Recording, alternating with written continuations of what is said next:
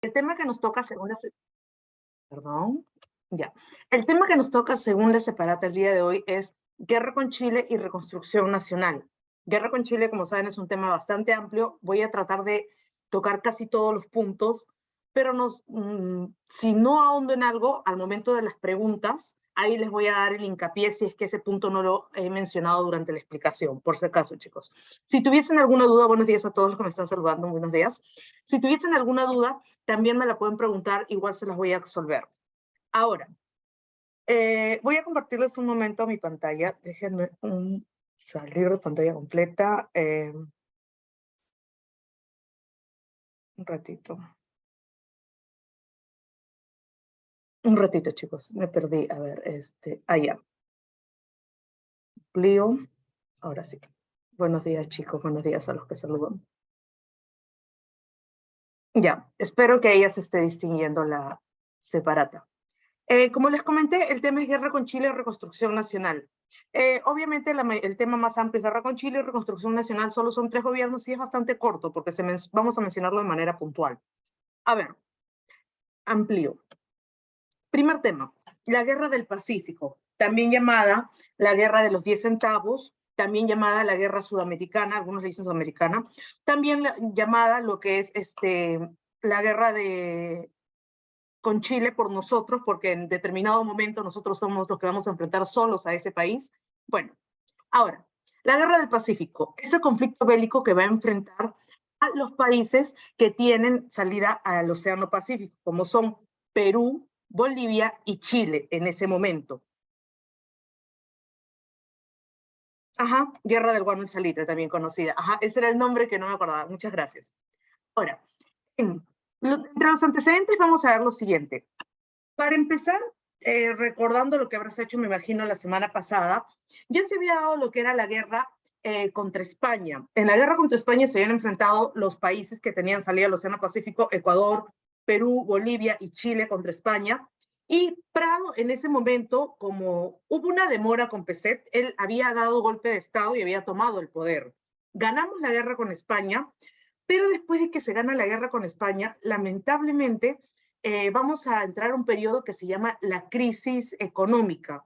Lamentablemente, por la mala administración de un presidente llamado Balta y por las malas prácticas que tuvo durante su gobierno, vamos a crisis y nos endeudamos. Luego de él vendría un presidente llamado Manuel Pardo y Lavalle, el primer presidente civil del Perú, del primer partido de nuestra historia llamado el Partido Civil, primer presidente en hacer campaña política en la Plaza de Toros, de hecho, con 14,000 personas, en mitin político también primero en hacerlo, y luego de eso ya llegaría 1876 y se realizan las elecciones. Van a enfrentar Mariano Ignacio Prado, que ya había sido presidente de la guerra en España, contra Lizardo Montero. ¿Qué va a pasar? Prado, cuando se postulan las elecciones en lo que es el Partido Civil, Nicolás de Piérola era uno de los candidatos del Partido Civil, pero Piérola no va a obtener el apoyo que esperaba, así que al final no llega a las elecciones. Cuando se dan las elecciones, por eso el candidato al Partido Civil va a ser Prado. Prado gana las elecciones, pero Piérola, que no estaba contento porque él consideraba que era una persona que debía gobernar y no Prado, decide rebelarse contra el gobierno de Prado. Es así que Piérola se subleva en Moquegua, y en Moquegua se va a enfrentar al gobierno de Prado, pero Prado lo va a derrotar rápidamente, ahí está subrayado en amarillo, en la batalla de Yacango. Piérola no le queda más remedio que huir a Chile. Pero ¿qué va a pasar?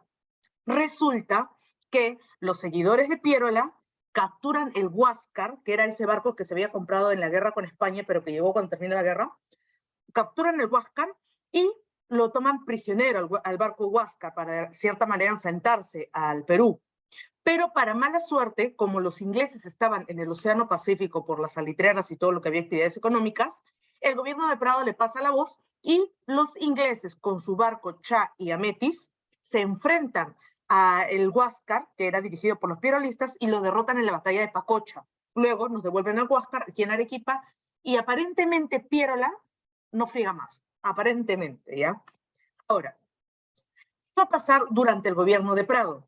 Prado va a impulsar las contribuciones personales, va a grabar impuestos a las minas. Justo ahí ya vienen los antecedentes. Antes que pasemos con todo, te voy a mencionar. Cuando inicia la guerra con Chile, el presidente era Mariano Ignacio Prado. En un rato, cuando te explico, cuando se va, te voy a explicar cuáles son las razones también por las que se va, ¿ya? Otro antecedente, ya, Prado llegó a la presidencia, Piérola ya se había revelado, el Huáscar había vuelto a Perú. Otro antecedente, los problemas que tenían Chile y Bolivia. ¿Qué había pasado? Antes de 1866, resulta que ya se había empezado la explotación de lo que era el salitre en el sur. Bolivia tenía salida al mar, pero Bolivia, igualito que ahora, ya, no la aprovechaba. Su salida al mar prácticamente, tú ves toda su costa de Bolivia estaba abandonada, pero justo se descubre que ya había salitre. ¿Y qué es el salitre? Antes de que sigamos avanzando. Salitre es como una sal negra gruesa que quedó cuando el océano retrocedió y quedó en la costa y se secó. Y esta sal negra sirve fundamentalmente para la fabricación de la pólvora, ¿ya? Que sirve para las armas. Entonces, y el salitre en ese momento era explotado sobre todo por los ingleses. En fin, volvemos. Se había descubierto el salitre en Bolivia, en todo lo que es la costa boliviana, Mejillones, Antofagasta, y en el Perú incluso también se había descubierto y había iniciado la explotación tiempo atrás. Incluso Manuel Pardo y Lavalle le había grabado un impuesto al salitre por eso, porque se da cuenta de la riqueza que había. Habían comenzado la explotación en 1842, ¿ya? Ese que te he puesto ahí, 1840, es Domingo Latrille, disculpen, es el que descubre la riqueza salitrera. En el 42 empieza la explotación, y para el 66, ¿qué va a pasar? Resulta que Chile tenía problemas con Bolivia, porque Chile era el que estaba explotando en salitre el territorio boliviano, y Bolivia salta diciendo que están explotando en su territorio y que en realidad quien debía recibir los ingresos era Bolivia, no Chile. Como se venía la guerra con España por la amenaza inminente que iba a haber, Chile y Bolivia negocian, ¿ya? En ese negocio, supuestamente Chile decía que ellos les pertenecía hasta el paralelo 23 su territorio. Bolivia decía que no, que ellos eran dueños hasta el paralelo 25. Acá te lo señalo, mira, hasta acá decía Chile, esta que te estoy señalando con el cursor, que era su territorio. Pero legalmente Bolivia tenía razón, era hasta acá, hasta el 25. Entonces, por ese problema, y como se venía la guerra con Chile, deciden negociar. ¿Sabes qué? Hay que solucionarlo, y se firma el primer tratado, 1866, antes de la guerra con España. Es así que Mariano Melgarejo, presidente de Chile, acepta y deciden que todo lo que se gane por la explotación del salitre en esa zona se iba a dividir mitad y mitad. O sea, ni para ti ni para mí, solucionado. Ya bueno, empezó la guerra con España como aliados, todo bacán, ganamos la guerra, etc. Pero pasa el tiempo. ¿Y qué pasa? Se fundan las compañías salitreras y de guano de Antofagasta. Y como se funda la compañía salitrera y de guano Antofagasta, el problema era que el gobierno chileno había obtenido de frente un contrato. O sea, quien iba a tener las ganancias era el gobierno chileno. Es así que llega 1874. Y en 1874, Bolivia reclama nuevamente que cómo es posible que se está negociando con sus tierras, pero en ese momento, ¿qué pasa? El gobierno chileno decide negociar, ¿ya? Y se da el segundo tratado, que ahí está apareciendo en 1874. En este segundo tratado, a Bolivia se determina que se le va a pagar un impuesto, ¿ya? Un impuesto, pero eso sí, que Bolivia durante 25 años no puede subir ese impuesto. Ese tratado se logró gracias a intervención peruana, porque si tú recordarás, la semana pasada te han mencionado que ya en el 73 nosotros habíamos firmado un tratado de alianza defensiva con Bolivia. Iba a ser con Argentina también, pero Argentina al final no firmó. Y el Perú en el 74, dándose cuenta del problema que tenía Chile y Bolivia, prefirió intervenir y logra ese acuerdo, que le van a pagar un impuesto a Bolivia, pero que Bolivia no lo va a subir en 25 años. Chévere, se solucionó ya. Primer tratado, segundo tratado. Pero ¿qué pasa? Llegan las elecciones de Bolivia. El nuevo presidente de Bolivia es un tal Hilarión Daza. Hilarión Daza promete que a Bolivia lo va a sacar adelante. Tipo así López Aliaga, Lima, potencia mundial, algo así promete él. Pero ¿cuál fue el problema? Que resulta que cuando él suma la presidencia, hay un terremoto en Bolivia. Y para fregarla, habían más de 4 años de sequía continua. O sea, destrucción total del aparato estatal, instituciones, infraestructura destruida, y encima no había comida porque no había cosechas. O sea, la situación estaba terrible. Y Daza dijo, ya, ¿sabes qué? ¿Sabes qué? Dijo, ¿de dónde voy a sacar la plata? Y lo que hizo fue lo siguiente. El 14 de febrero de 1878, él decide ponerle un impuesto al salitre de 10 centavos. Por eso también se le llama la guerra de los 10 centavos. ¿Y qué pasa aquí? Obviamente, las salitreras, la CSFA, Compañía Salitreras de Fondos de Ferrocarriles de Antofagasta, Compañía Salitrera de Ferrocarriles de Antofagasta, reclama, ¿no? O sea, si supuestamente en el segundo tratado se había acordado que no se iban a subir los impuestos, ¿por qué ahora Daza lo quería subir? Es ahí que el presidente de Chile, que era Aníbal Pinto, decide apoyar a las compañías salitreras. Y cuando las apoya, Pinto, en ese momento, dice que él no va a negociar porque ya hay un tratado y se tiene que respetar. Las salitreras entonces se ponen en su sitio y dicen, ¿saben qué? No vamos a pagar los 10 centavos que nos dice Daza. Con el apoyo de Pinto, o sea, del presidente chileno, normalazo. Aquí un dato adicional. Chile en ese momento no es que tuviese plata un montón. Chile también tenía problemas económicos. De hecho, también estaba en crisis económica en ese momento, ¿ya? No es que fuera rico ni nada por el estilo. Ahora, siguiendo. Dice que en ese momento pasan los meses y llegamos a lo que es el 14 de febrero de 1879. En ese momento, como Daza quería sí o sí cobrar el impuesto, los chilenos con el apoyo, las salitreras, con el apoyo de Pinto, ¿qué hacen? Rescinden los contratos, ¿ya? Y Daza también rescinde los contratos. Dice que ya nadie puede trabajar o sacar salitre de su zona, de todo lo que es el territorio de Antofagasta. Además, Daza para cobrarse, porque necesitaba plata, como te dije, ¿qué hace? Remata todos los bienes que había en Antofagasta. Es ahí donde Aníbal Pinto, el 14 de febrero, inmediatamente ordena la invasión a Antofagasta. Inmediatamente ya empieza el problema. El Perú, mientras tanto, nos dimos cuenta de algo. Ya lo sabíamos. 1873 habíamos firmado el Tratado de Alianza Defensiva. ¿Qué era este tratado? Decía que si Perú tenía guerra, Bolivia nos apoyaba. Y si Bolivia tenía guerra, nosotros los apoyábamos. El Perú, como te comenté al inicio, estaba en crisis. Balta nos había hundido en la crisis con su política ferroviaria y sus préstamos a los Dreyfus. Lavalle había reducido el gasto militar, o sea, armas modernas no teníamos. El Perú inmediatamente, ¿qué hace? Reacciona y dice, no, ¿sabes qué? Vamos a enviar a un plenipotenciario, un ministro de segunda categoría, un ministro para que solucione el problema como así lo hizo en el segundo tratado antes. Este plenipotenciario era José Antonio Lavalle. Ahora, para esto, José Antonio Lavalle va a Chile. Supuestamente pide cita con el Congreso chileno para que lo escuchen, ¿no? Y él proponer una solución.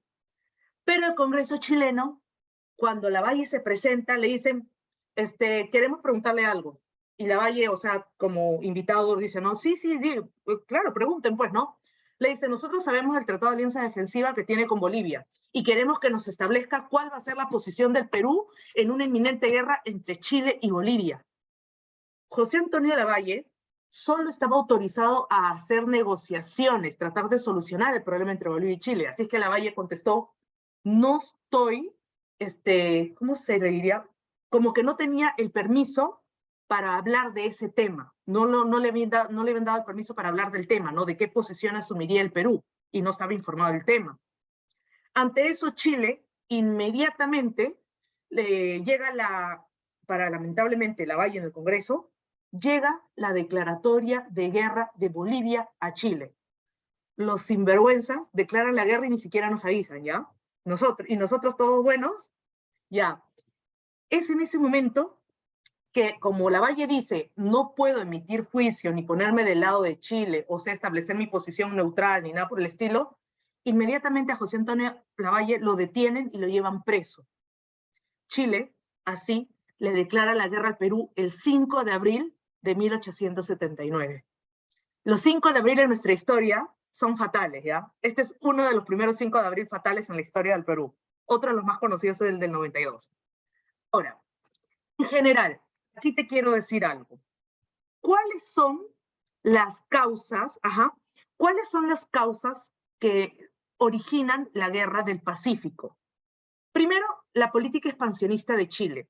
Chile estaba aplicando algo que se llama la política de Rumsfeld, que era el espacio vital. Es una política que dice que mientras más territorio tengas, tu país se va a fortalecer, va a ser más poderoso. Esa es su política expansionista, quería más territorio. Otra causa va a ser que Chile tenía crisis económica y estaba buscando recursos. Ahora, tú me vas a decir, pero ¿y si tenía crisis económica, cómo hacen la guerra? Chile tenía apoyo inglés. Así que los ingleses, con el apoyo económico inglés, es que van a llevar a cabo la guerra. Otro, Chile ambicionaba los recursos naturales del Perú para salir adelante de la crisis económica que tenía. ¿Cuáles eran los recursos en ese momento? El salitre y el guano.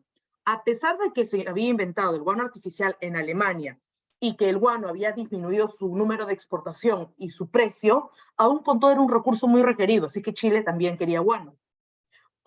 Otra causa, los intereses ingleses, que querían, como te digo, materias primas o recursos naturales. ¿Cuáles fueron los pretextos para declararnos la guerra? Para declarar la guerra a Bolivia fue el impuesto a los 10 centavos, que Hilarión Daza, ante la crisis económica que tenía el terremoto y de la sequía, le subió el impuesto, cuando el segundo tratado decía que no podía hacerlo. Ese fue el pretexto para Bolivia. ¿Por qué digo pretexto? Porque se sabe que Chile ya se había estado preparando tiempo atrás, desde el gobierno de Pardo y Lavalle ya sabíamos que estaba adquiriendo embarcaciones para una futura guerra. Con el Perú, ¿cuál fue el pretexto para declararnos la guerra? El tratado que teníamos de alianza defensiva firmado con Bolivia. ¿Ya? Esas son las causas y los pretextos. Espero que se entiendan bien. Ahora, seguimos. Bueno, la declaratoria de guerra, como te digo, fue el 5 de abril de 1879, cuando nos declaran la guerra al Perú. Aquí puedes ver en las imágenes de la pantalla, por ejemplo, las noticias en el periódico que salieron publicadas, ¿no? Cuando se nos declara la guerra está declarada, la palabra amiga de Perú ha sido rechazada y Chile ha respondido con un reto audaz. Bueno, lo que te indican los titulares en ese momento de la declaratoria de guerra, ¿no? Del 5 de abril de 1879. Ahora, bueno, acá está, ¿qué es la guerra del Pacífico o la guerra del guano y el salitre? Es aquella que se da entre Perú, Bolivia y Chile y que fue financiada por los ingleses. ¿Quiénes eran los presidentes en ese momento durante el inicio de la guerra? Eran por el Perú Mariano Ignacio Prado, por Bolivia Hilarión Daza y por Chile Aníbal Pinto. Estos tres eran los gobernantes de ese momento. Aquí te comento algo. Prado, cuando inicia la guerra con Chile, Prado tenía intereses.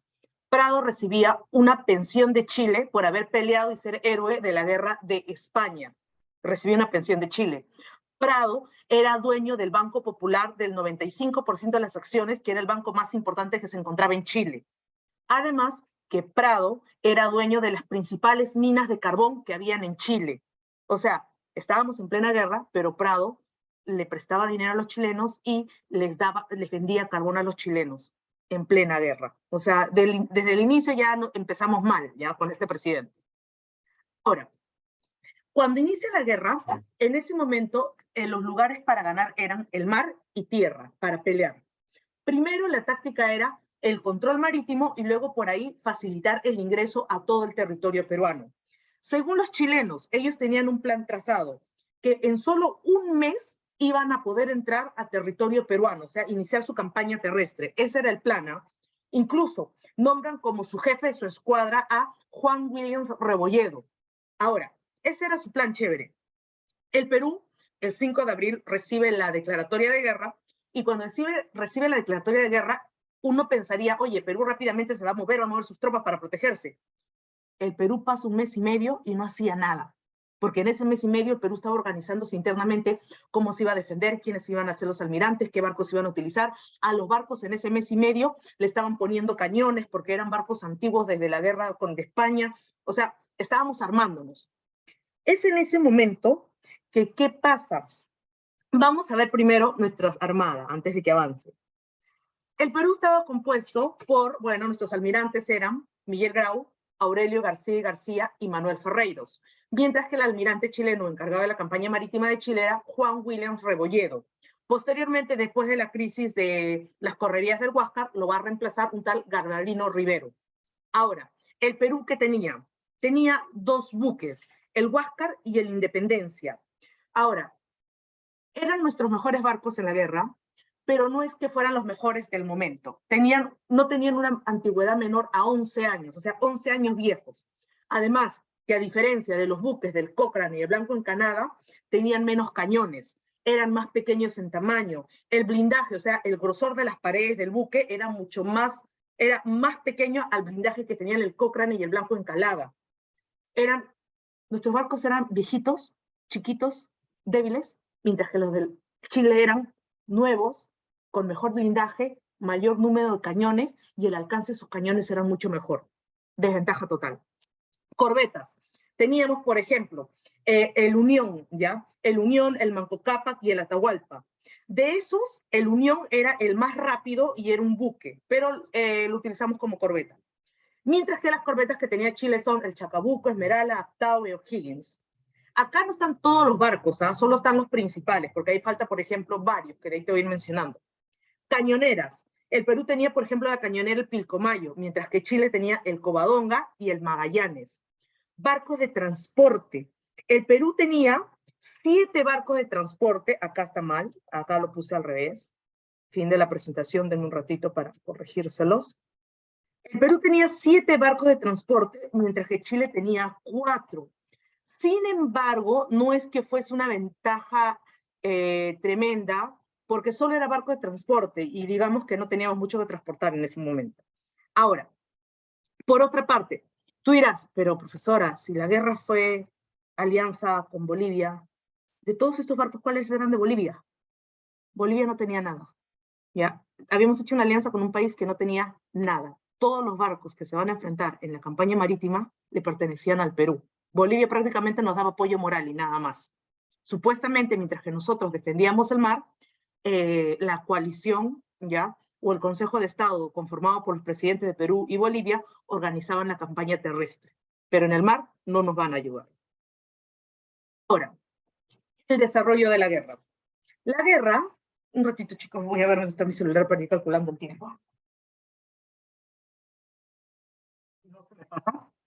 La guerra se va a desarrollar, como te había comentado, en el campo marítimo y en el campo terrestre. Para esto, la guerra, como aquí dices, fue financiada por los ingleses del lado chileno, mientras que los peruanos, bueno, tenían que conseguir plata donde sea, ¿ya? Ahora, el primer Chile, como te comenté, tenía como idea todo lo que era que pensaba que el Perú iba a atacar rápidamente, y como el Perú supuestamente iba a atacar rápidamente,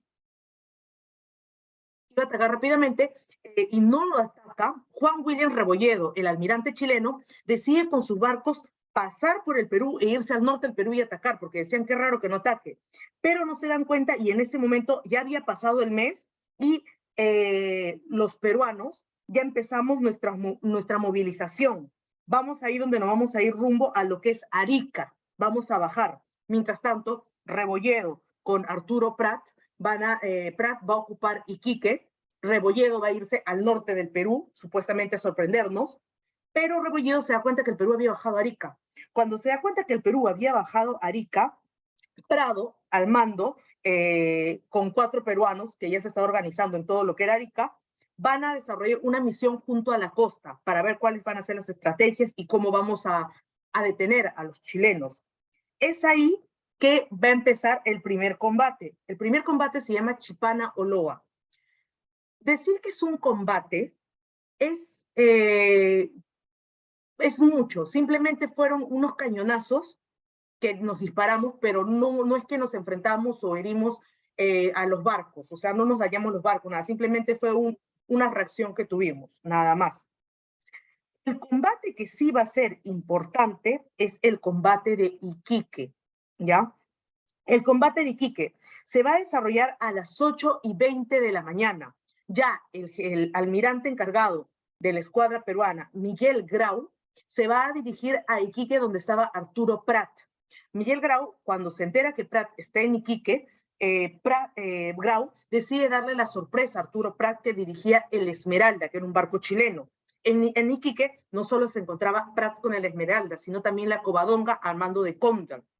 Cuando se dan cuenta que el Huáscar y el Independencia, Grau y Moore, venían contra ellos, Dice que Prat se da cuenta porque Grau a 200 metros iza la bandera de guerra. En esa época avisabas que ibas a atacar. Iza la bandera de guerra y Prat, al darse cuenta de lo que está pasando, justo iba a tomar desayuno y dice que deja todo y ordena que se recoja el carbón, todo, y se armen para atacar.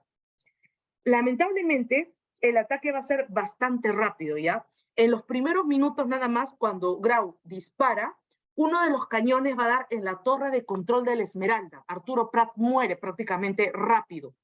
Como Prat muere, Prat para esto que había hecho, le había dicho, ¿sabes qué, Covadonga? Tú eres un barco más importante, mejor, ándate rumbo a Chile, o sea, escapa, porque sabían que en ese momento estaban en desventaja porque los habían agarrado por sorpresa. Mientras tanto, Grau seguía atacando a la Esmeralda hasta que la Esmeralda iza la bandera blanca de paz, o sea, de rendición. Inmediatamente, ¿qué hace Grau? Grau empieza a prestar auxilio a todos aquellos que habían caído al mar, empieza a rescatarlos y los deja en la costa. Incluso a Arturo Prat, te comentaron la semana pasada en la guerra con España, él había peleado con él contra España. Como lo conocía, el cuerpo de Prat lo pone en un cajón y le manda una carta a la viuda de Prat, reconociendo que era un hombre muy valiente y que había sido un honor pelear junto a él y contra él. Por eso le llaman el Caballero de los Mares. Y bueno, eso hace Prat. Mientras tanto, ¿qué pasaba? Grau, al ver que el Huáscar ya tenía la victoria contra el Esmeralda y al darse cuenta que el Covadonga huía, el Huáscar, o sea, Grau le dice, ¿sabes qué, Independencia? Amor le dice, Mor, ándate hacia el norte, que yo ya tengo aquí dominada la situación. Mor, en lugar de irse con el Independencia, en determinado punto se da cuenta que de verdad el Huáscar había hundido a la Esmeralda y se da cuenta que la Covadonga se está hundiendo. Entonces a Mor no se le ocurre mejor idea que regresar y atacar a la Covadonga. Pero ¿cuál era el problema? Que lamentablemente las cantidades de mapas náuticos no eran importantes en ese momento, no se conocía totalmente el relieve submarino. Así que cuando está persiguiendo a la Covadonga por Punta Gruesa, así se llama la zona en Iquique, lamentablemente la Independencia encalla, se choca contra una roca y la Covadonga huye. Cuando la Covadonga de repente dice, oye, qué raro, se han quedado ahí, ya no nos persiguen. ¿Qué habrá pasado?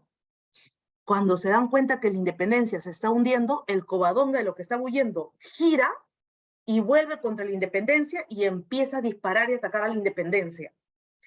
O sea, y para conciencia, Grau había ayudado a los sobrevivientes de la Esmeralda. A Conde le llevó mandó a que disparen a todos y que acaben con todos. ¿El problema cuál fue? Que la Independencia era el barco más moderno que teníamos en ese momento. O sea, supuestamente Iquique debe haber sido una victoria chévere, pero habíamos perdido el barco más moderno. O sea, ni para ellos ni para nosotros fue Iquique. No fue fatal, porque perdimos lo mejor que teníamos en ese momento. Ahora, por otra parte, seguimos en el camino. Resulta que después de que se da todo lo que es el combate de Iquique, el general Buendía, ya, de peruano, desea organizar todo lo que va a hacer en tierra. Mientras tanto, la tierra se está organizando, están peleando todo. En Chile, mientras tanto, ¿qué pasa? En Chile empieza a haber problemas, porque se va a dar un periodo llamado, le hemos denominado a los peruanos, las correrías del Huáscar, que es más o menos 6 meses, ¿ya? En estas correrías, ¿qué pasa? Resulta que, ¿cómo se llama este? A ver, mi mapa, ¿dónde está? Espérense para explicarles. Acá está mi mapa. Resulta que, por ejemplo, mira, las bases de nosotros eran acá en el sur del Perú, pero ¿qué hacía Miguel Grau? Miguel Grau daba la vuelta por acá, venía por acá, cuidaba las costas, bajaba un rato hasta Chile, veía un puerto, quemaba el puerto, todo, se iba, volvía, subía, bajaba, monitoreaba, porque acuérdate que su barco se llama Monitor, ve la seguridad, baja a Chile, saqueaba algunos lugares, volvía al Perú, traía lo que saqueaba, daba vueltas, vigilaba, regresaba a Chile, pedía cupos de guerra si no quieren que te quemen tu hacienda, tu casa, se volvía a venir al Perú. Si se enteraba que había un barco que estaba trayendo cosas, como por ejemplo el barco Rimac, ¿ya? Entonces, ¿qué hacía? Agarraba, incautaba esos barcos y se los traía al Perú con todo lo que tenía, los barcos de transporte chilenos. Por ejemplo, él logró capturar en esta época que se denomina las correrías del Huáscar, él cuando da la captura de lo que es, se me olvidó la palabra, ¿cómo se llama? Ay, la palabra se me fue, espera. Ya bueno, ellos, ¿qué hace cuando captura el barco del transporte chileno RIMAC? Era muy importante, porque como te digo, iba, quemaba, saqueaba. Y este barco de transporte, ¿qué tenía? Tenía 215 caballos, tenía pertrechos, tenía municiones, tenía carbón, tenía todo lo que era, todo lo que sea bélico, tenía víveres. De tal manera que, ¿qué pasó? No solo Chile no lo dejábamos avanzar durante los 6 meses, sino que además estábamos robando muchas de sus armas y municiones. ¿Y esto qué va a provocar? Que en Chile se produzca una crisis total, una crisis política. Número uno, por la captura del RIMAC, que se pierde un montón de cosas, como te mencioné, más de 215 caballos. ¿Y qué hace esto? Que Juan William Rebolledo, el que era el que estaba a cargo de la campaña marítima, tuvo que renunciar porque lamentablemente habían pasado 6 meses y no había logrado entrar a territorio peruano. Te comenté al inicio, su plan de ellos era, en un solo mes ya habían tomado todo. Pero ¿qué pasó? 6 meses después no pasaba, así es que por la vergüenza a Rebolledo no le quedó más que renunciar. Es así que después de Rebolledo va a asumir este que te puse acá que dice Galvarino Rivero, te lo puse ahí por eso. Asume Galvarino Rivero. Está ahí donde los chilenos plantean como objetivo acabar con Miguel Grau, porque no era posible que un barquito que era antiguo, de 11 años, mal armado y dirigido por Grau, esté deteniendo el avance chileno, cuando Chile tenía armas mucho más modernas y todo lo demás. Es así que el objetivo que se convierte es Miguel Grau. Se tiene que acabar con Grau, sí o sí. Grau, mientras tanto, venía acá a Lima por órdenes que le daba Prado, y Grau se da cuenta de que con el tiempo se estaba convirtiendo en el objetivo porque en realidad mucho estaba presionando a los chilenos, y le pide al presidente Prado, por favor, dale mantenimiento al Huáscar, porque como el Huáscar era un barco que lo habían acondicionado para la guerra, ponte que era un barco que tenía 4 cañones, pero para la guerra, como era la guerra con Chile, le habían puesto 8 cañones más, o sea, 12 en total. Y como el suelo no estaba preparado para tantos cañones, cuando el cañón se dispara, ese golpe hace que también el suelo del barco se vaya gastando. Así que necesitas mantenerlo. Así que le dice, Prado, por favor, te pido que me des mantenimiento para lo que es el Huáscar, ¿no? Prado le dice que no pueden, que necesitan hacer varias cosas antes de poder darle mantenimiento. Además que si le dan mantenimiento, los chilenos pueden aprovechar la ocasión, porque para que te enteres, darle mantenimiento a un barco en esa época equivalía a un mes. O sea, un mes sin el Huáscar para Prado era imposible, supuestamente. Grau sabía que ya no le iba a hacer. Prado le dice, ya, ¿sabes qué? Ante la insistencia de Grau, ya, yo te voy a dar mantenimiento a tu barco, pero tienes que hacer una última misión. Tienes que llevar una expedición que vaya rumbo al sur, acompañarnos, y luego ya te vuelves y le damos mantenimiento al Huáscar. Pero Grau ya sabía que era el objetivo y que no iba a volver, y en su última visita a Lima se despide de su mujer, se despide de sus 8 hijos, creo que eran, 8 hijos, deja su testamento escrito y se dirige rumbo supuestamente a la última misión antes de darle.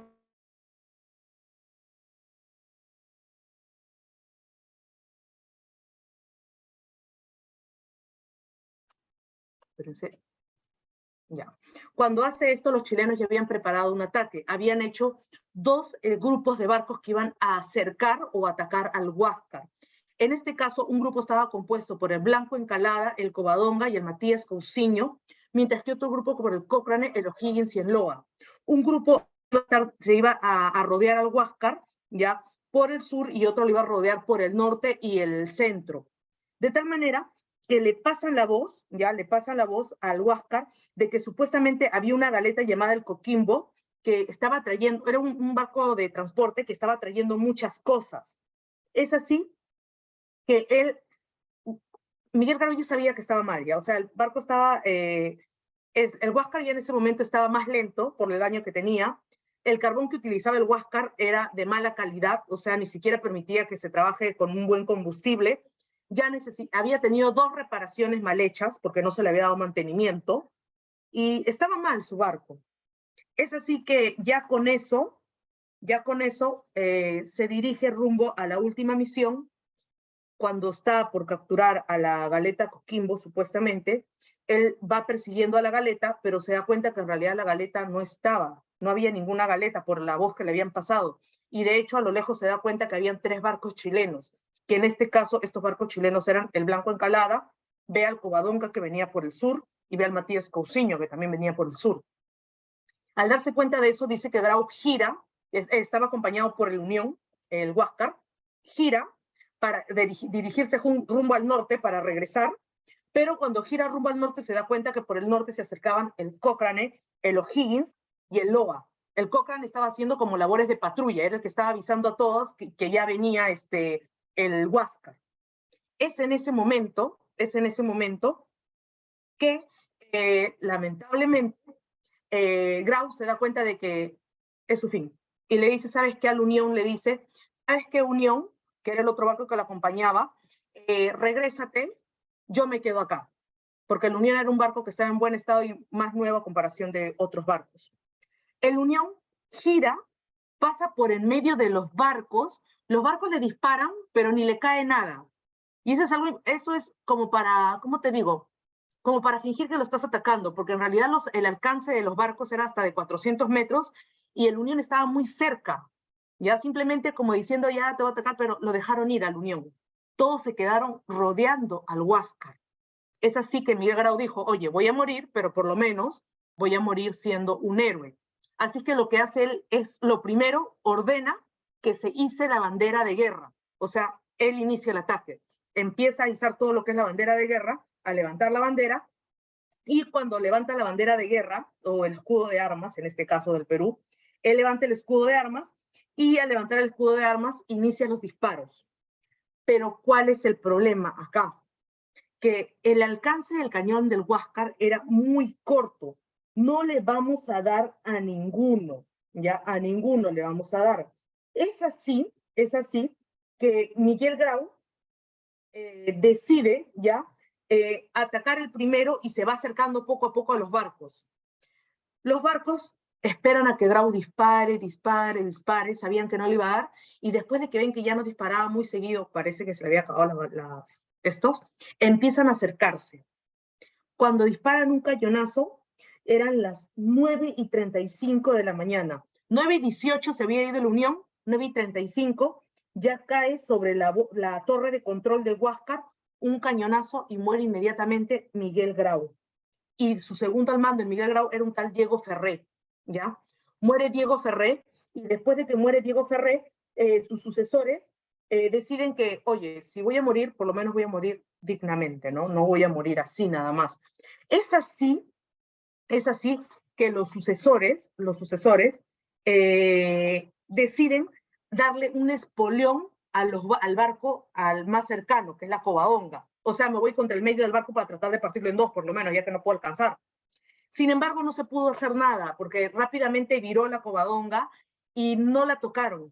Lo que provocó más bien fue que el Huáscar estuviera mucho más expuesto a una invasión. Rápidamente, los que quedaron vivos dentro del Huáscar, que era Elías Aguirre y Pedro Garezón, ordenan que se abran las válvulas del Huáscar y que se hunde el Huáscar. Por lo menos, si van a morir, por lo menos que no se lleven el Huáscar. Pero los chilenos se dan cuenta rápidamente y logran rescatar el Huáscar y se lo llevan a Chile, y ese día, el 8 de octubre de 1879, en Chile se declara fiesta nacional, porque se había capturado a ese enemigo que había impedido su avance durante mucho tiempo. O sea, celebraron la muerte de Grau y la captura del Huáscar. Por eso, por defender con su vida, sabiendo que iba a morir, ya, es que a nuestro mar se le bautizó como el mar de Grau, por si acaso. Ahora, acá estamos juzgando, por si acaso, como héroe de guerra, Miguel Grau, ¿ya? Lo que tú escuché de su vida y esas cosas, ese es otro asunto. Yo te explico el lado como héroe de guerra. Ya.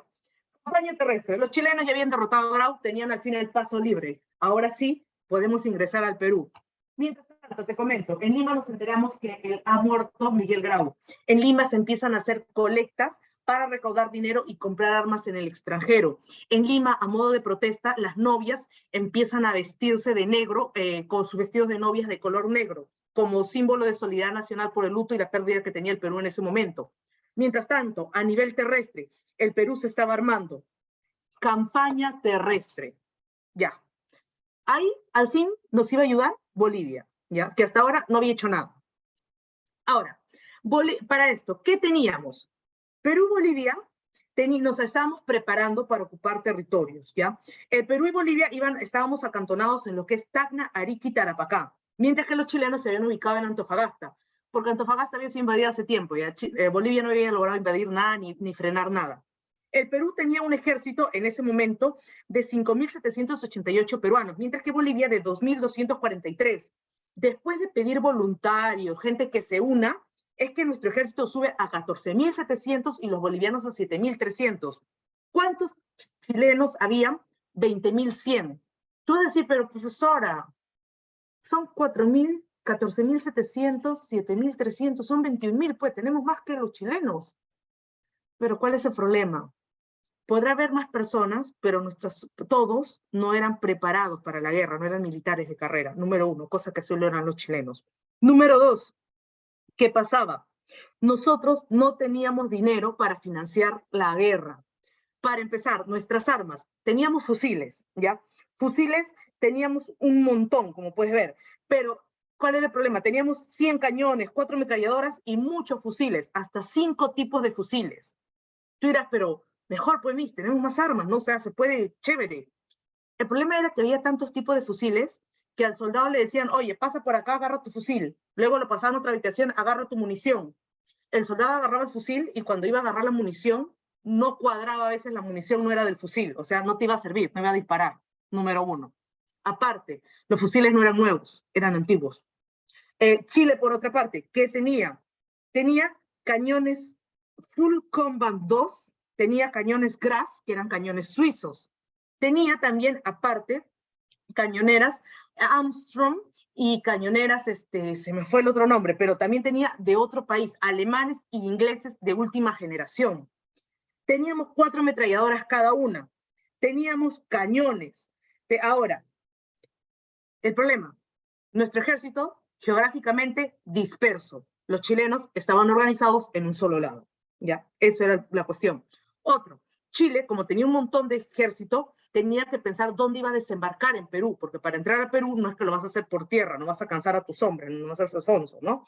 Entonces, Chile planea el desembarco, que va a ser en Pisagua, que es el punto que ellos consideraron que era el que estaba más descuidado y más fácil para desembarcar, por la costa, la marea y todo. A ese desembarco que Chile va a hacer, hasta ese momento va a ser el desembarco moderno más grande anfibio de la historia, o sea, el desembarco, el mayor número de personas que desembarquen hasta ese momento. Ya en la guerra en la Segunda Guerra Mundial fueron 2,5 millones. Ahí ese va a ser más importante, pero hasta este momento era este. Ahora, es así que con desventaja en cuanto a armamento,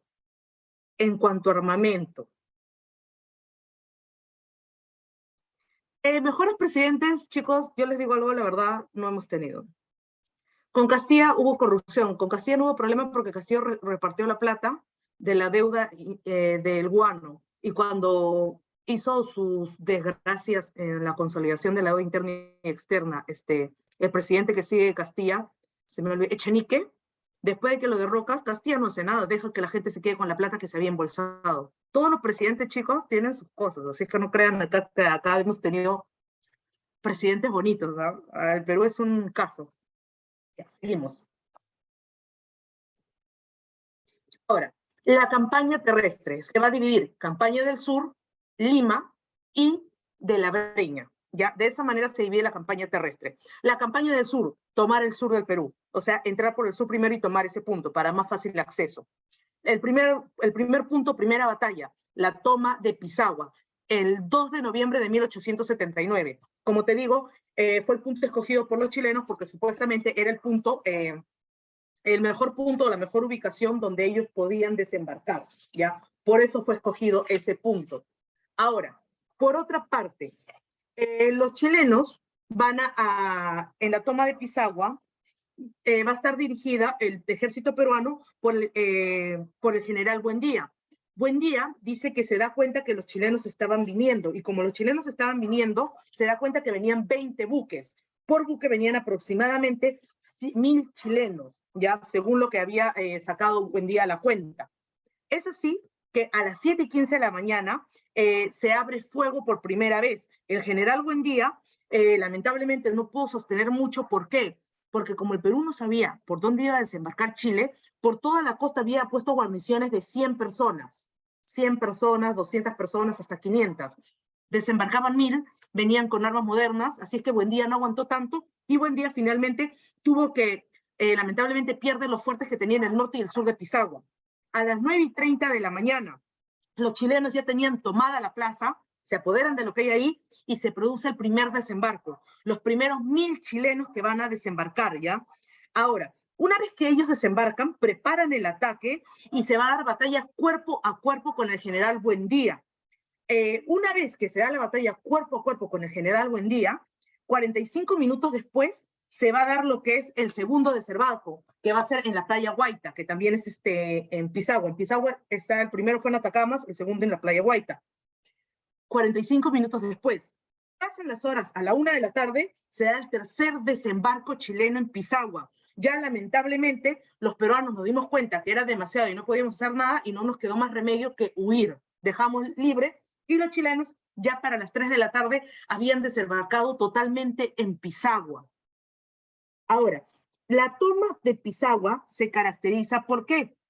Porque en la toma de Pisagua se van a dar lo que son batallas, ¿no? Como la batalla, por ejemplo, más adelante de Germania, la batalla de Dolores y la batalla de San Francisco.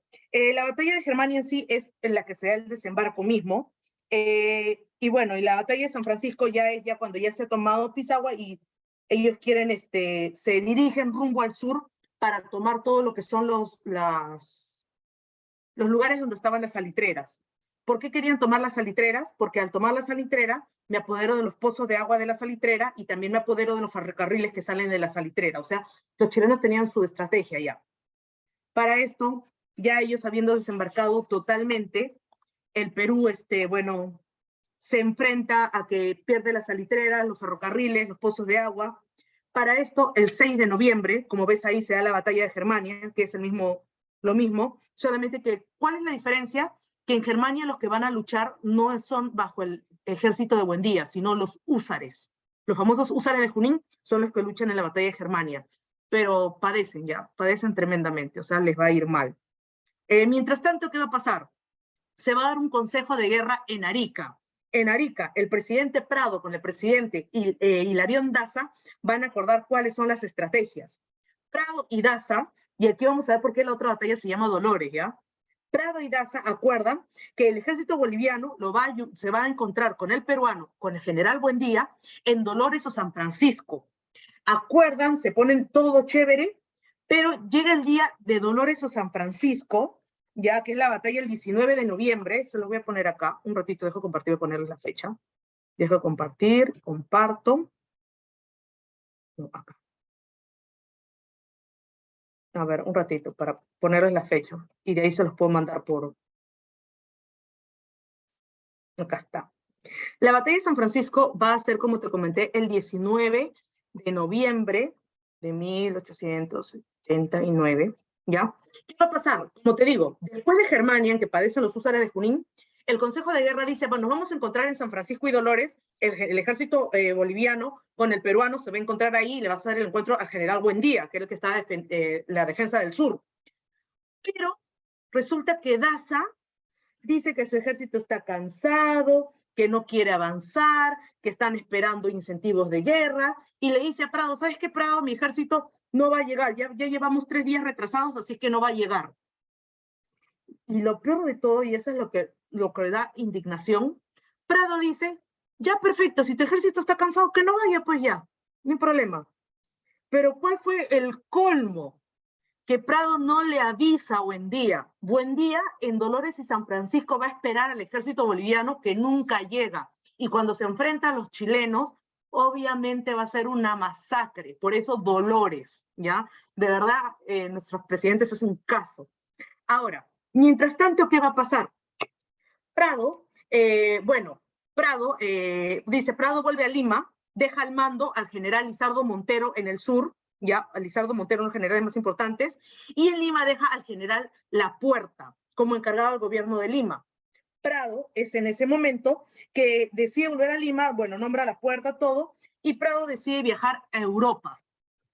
Ahora, Prado dice que va a viajar a Europa para dos razones. Uno, para comprar armamento de las colectas que se habían hecho. Y dos, para levantar un préstamo, o sea, pedir un préstamo a algún país extranjero para conseguir más dinero y comprar más armas para la guerra. Ahora, Prado se va, nunca va a volver. Como te digo, Prado era dueño del Banco Popular, tenía minas de carbón en Chile y recibía una pensión de Chile. O sea, ahí date cuenta cuál era ya la intención, ¿ya? Mientras tanto, ¿qué pasaba? Para esto, resulta que, bueno, Prado por si acaso se va a ir rumbo a Europa en el vapor llamado Paita, así se llama el barco en que se va a Europa. Prado, mientras tanto, ya está ahí, y en el sur yo te había comentado que queda encargado el general Lizardo Montero. Es así que se va a preparar lo que es la batalla de Tarapacá. En Tarapacá, ¿qué hora es? 10:38, sí me alcanza. En Tarapacá, ¿qué va a pasar? En Tarapacá, va a estar encargado Lizardo Montero, pero específicamente le encarga la misión de Tarapacá, que proteja Tarapacá, a Belisario Suárez. Belisario Suárez va a ser apoyado ahí por muchos personajes que van a resaltar más adelante, entre ellos Andrés Avelino Cáceres. Ellos van a enfrentarse a los chilenos. Los chilenos van a tener problemas, ¿por qué? Porque por una serie de escaramuzas y trampas, al final les vamos a ganar en Tarapacá. Única victoria del ejército peruano durante la guerra con Chile en el sur, Tarapacá, por eso está en amarillo, se los he puesto en amarillo, ¿ya? Es la única victoria peruana. Le tendimos una trampa, los chilenos cayeron y al final nos apoderamos en Tarapacá. Mientras tanto, ¿qué pasaba? Prado había dicho, chau, me voy. Prado le había dejado el mando al general Lapuerta. Luis Lapuerta había quedado como vicepresidente encargado del gobierno peruano, pero aprovechando que Prado se había ido y Lapuerta, que era una persona ya anciana, Nicolás de Piérola vuelve al Perú y le da golpe de estado a Nicolás Lapuerta y Piérola toma el poder. Ahora, mientras tanto, en Bolivia, ¿qué pasa? En Bolivia se corría el rumor de que Daza quería salirse de la guerra, y como quería salirse de la guerra, le piden ayuda al gobierno peruano, y el gobierno peruano se mete, ya los soldados, los jefes militares, para que Daza no abandone y apoyan a Narciso Campero. Pero al final Narciso Campero le da golpe de estado a Daza, el ejército peruano toma prisionero a Daza en una trampa, y Narciso Campero se nombra presidente de Bolivia. Campero supuestamente dice que va a seguir con la guerra. Mientras tanto, Piérola, y aquí viene una cuestión, ¿y por qué se explica la pérdida de la guerra? Aparte que no estábamos bien armados, eso sí es innegable. Piérola no se llevaba con Lapuerta, no se llevaba con Lizardo Montero, no se llevaba con Cáceres, no se llevaba con Belisario Suárez. De hecho, eran enemigos porque en la batalla de Pacocha ellos la habían derrotado a él, en Yacango también los habían derrotado. Entonces, pero Piérola en plena guerra no podía cambiar esos generales porque esos generales eran apoyados por el pueblo peruano y en plena guerra que los cambies, o sea, no puedes. Pero Piérola, el desgraciado que hizo, cuando le pedían ayuda, no mandaba la ayuda en el momento. Una vez hizo un show diciendo que iba a mandar ayuda, manda un montón de cajas rumbo al sur, y cuando llegan las cajas, eran telas blancas para que se hagan uniformes. Ni siquiera era comida, no era armamento, no era nada. Ahora, uniforme blanco en el desierto, o sea, imagínate, ¿ya?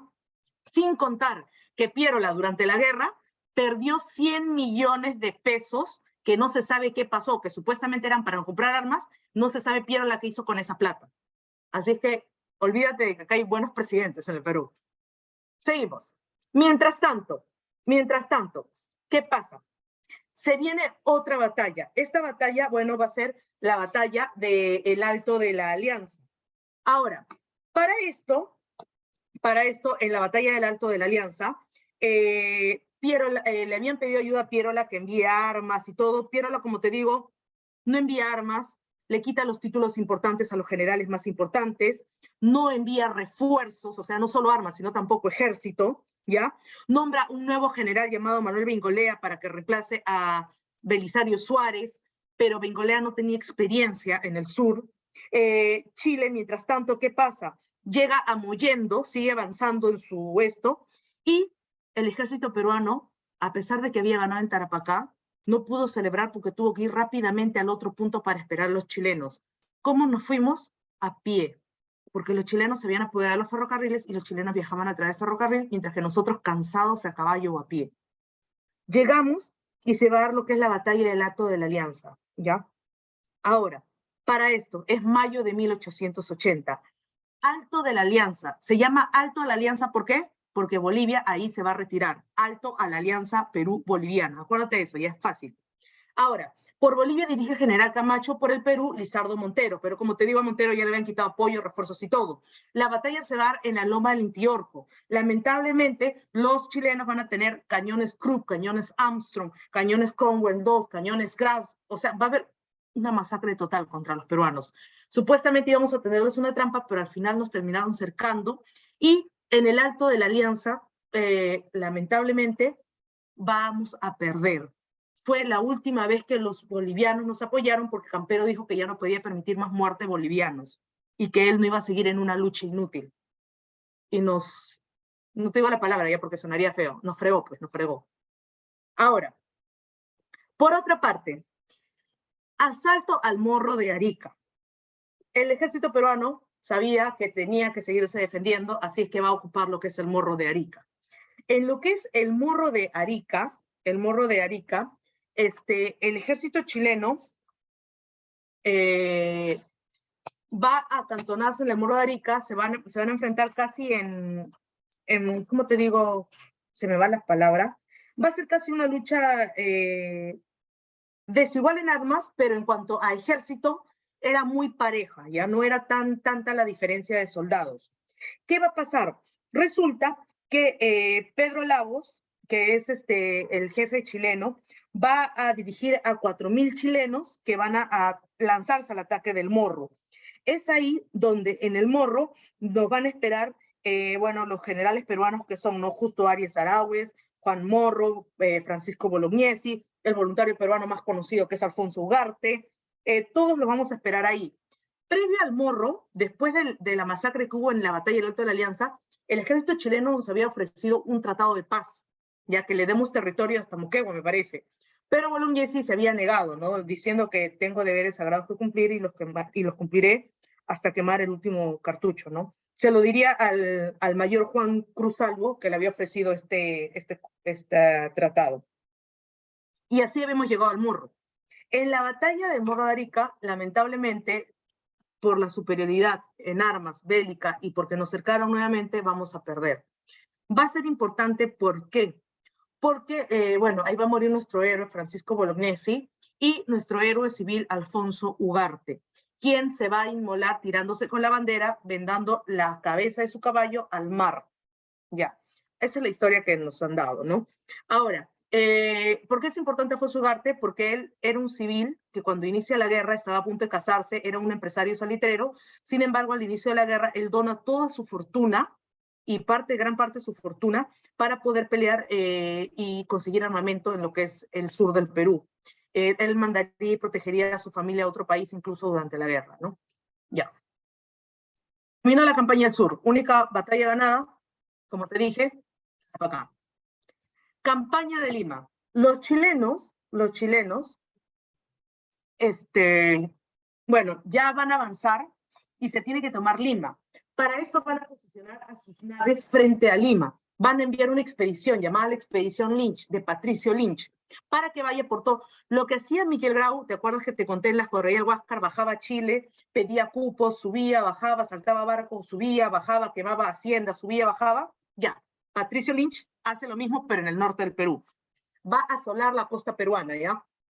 Subía, amenazaba a los hacendados, quemo haciendo algo si tú no me pagas un cupo de guerra, saqueaba los mercados, incendiaba lugares, de tal manera que asoló la costa peruana norte.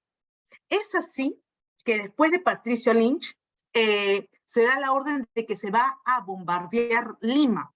Pero en Lima no solo vivían peruanos, sino también muchos extranjeros. Y una de las poblaciones que vivía acá eran los franceses. Es así que los observadores, para que sepas, cuando hay una guerra, hay países que están observando la guerra para que se desarrolle de acuerdo a ley. O sea, hay cosas que tú no puedes hacer en guerra y cosas que sí. Ya, estos países se encargan de ver, ¿no? Ser observadores si estás haciendo lo que se debe de acuerdo a las leyes de la guerra. Entre ellos eran los franceses. Los franceses le avisan que saquen a toda su gente de Lima porque van a bombardear Lima, van a incendiar Lima. Dice que los franceses agarran, le dicen, ¿sabes qué? Ya, voy a sacarlos. Y dice que el encargado de sacar a todos los franceses de Lima va a ser Abel du Petitoires. Empieza a sacar a los franceses y a todos lados. Incluso cuenta una tradición peruana que dice que a las monjas de las carmelitas le dijo, no, señoras, hay que irnos porque van a bombardear Lima. Y dice que las monjas le dijeron, no, no nos vamos a ir, pero hermanas, tenemos que irnos. Y dice, no, no te preocupes, Santa Rosita de Lima nos va a ayudar. Y dice que volvió en varias oportunidades donde estas monjas dijeron, no te preocupes, Santa Rosita nos va a ayudar. Y mientras tanto, ¿qué pasaba? Dice que los franceses, al darse cuenta de lo que está pasando, Petitoires sabía que para él Santa Rosita no los iba a ayudar, decide intervenir y le dice a los chilenos que no incendien Lima, que no bombardeen Lima. Y empiezan las negociaciones. Él actúa como mediador en las negociaciones. Es así que justo Estados Unidos también interviene como negociador. Es así que el mediador de Estados Unidos, en el barco llamado La Caguana, ¿ya? Le va a negociar la paz, un intento de paz. ¿Qué pide Chile? Pide 20 millones de pesos y que le entreguemos Arica, Tacna y Moquegua y además Tarapacá, definitivamente. Ya, definitivamente Tarapacá y durante varios años Arica, Tacna y Moquegua. El Perú obviamente no va a aceptar. Ya estábamos metidos en la guerra, no íbamos a perder tan fácil. Es así que ante esa negociación, Petitoires logra que no quemen Lima. Ya el Perú no había aceptado la negociación de intermediación estadounidense, entonces los chilenos se preparan a entrar. Desde el mar se habían posicionado los barcos chilenos y los enfrentamientos para el ingreso a Lima van a ser la batalla de San Juan y Chorrillos y la batalla de Miraflores. Para esto, los voluntarios, Pierola va a dirigir obviamente todo lo que es el ataque y todo, y se va a dar por voluntarios. Va a haber, voluntarios que van a defender la ciudad, ¿no? La primera línea eran líneas defensivas y literales líneas, ¿ya? Iba desde San Juan y Chorrillos, una persona, después de 1,5 metros otra persona, después de 1,5 metros otra persona, hasta llegar hasta La Molina. Era una línea, no es broma. Y los chilenos, bueno, iban a entrar por el sur, pero los chilenos estaban armados con superioridad bélica. Ahora, en Lima habían soldados varones que eran el ejército activo voluntarios de 18 a 30 años. Había una reserva que también se estaba movilizando para la defensa de San Juan y Chorrillos, que eran hombres de 31 a 50 años. Y los mayores de 50 años se les consideraba la reserva sedentaria. O sea, había 3 ejércitos a lo largo de la línea defensiva. Lamentablemente fue improvisado porque en ese momento, sabiendo que venían, tuvimos que armar reductos. Reducto es un hueco que se hace, es como una trinchera, es un hueco donde están los cañones para de esa distancia tratar de defender en algo. Ya solamente que es un círculo y es alejado uno de otro. En cambio, la trinchera es a lo largo. Se arman reductos, se trata de defender todo, pero como te digo, por la falta de armamento, la falta de organización, lamentablemente nos derrotan en San Juan y Chorrillos. Los chilenos inmediatamente, una vez que nos derrotan, se iza la bandera blanca de derrota, los chilenos empiezan a emborracharse, a tomar, entran casa por casa, roban, incendian las casas, caen de borrachos, violan mujeres. Ahora, tú dirás, ¿por qué roban? Yo te comenté al inicio que Chile estaba en crisis. Chile no tenía dinero para pagarle el sueldo a los trabajadores. Le habían dicho que de todo lo que consigan se cobre. Por eso hubo bastante asalto en Lima. Bueno, se roba y todo. Y por ahí, como que cayeron de borrachos, los chilenos piden una tregua. Y nuestro presidente acepta, Nicolás de Pierola, ya tregua, que descansen los chilenos porque están cansados. Mientras tanto, ¿qué hace Pierola?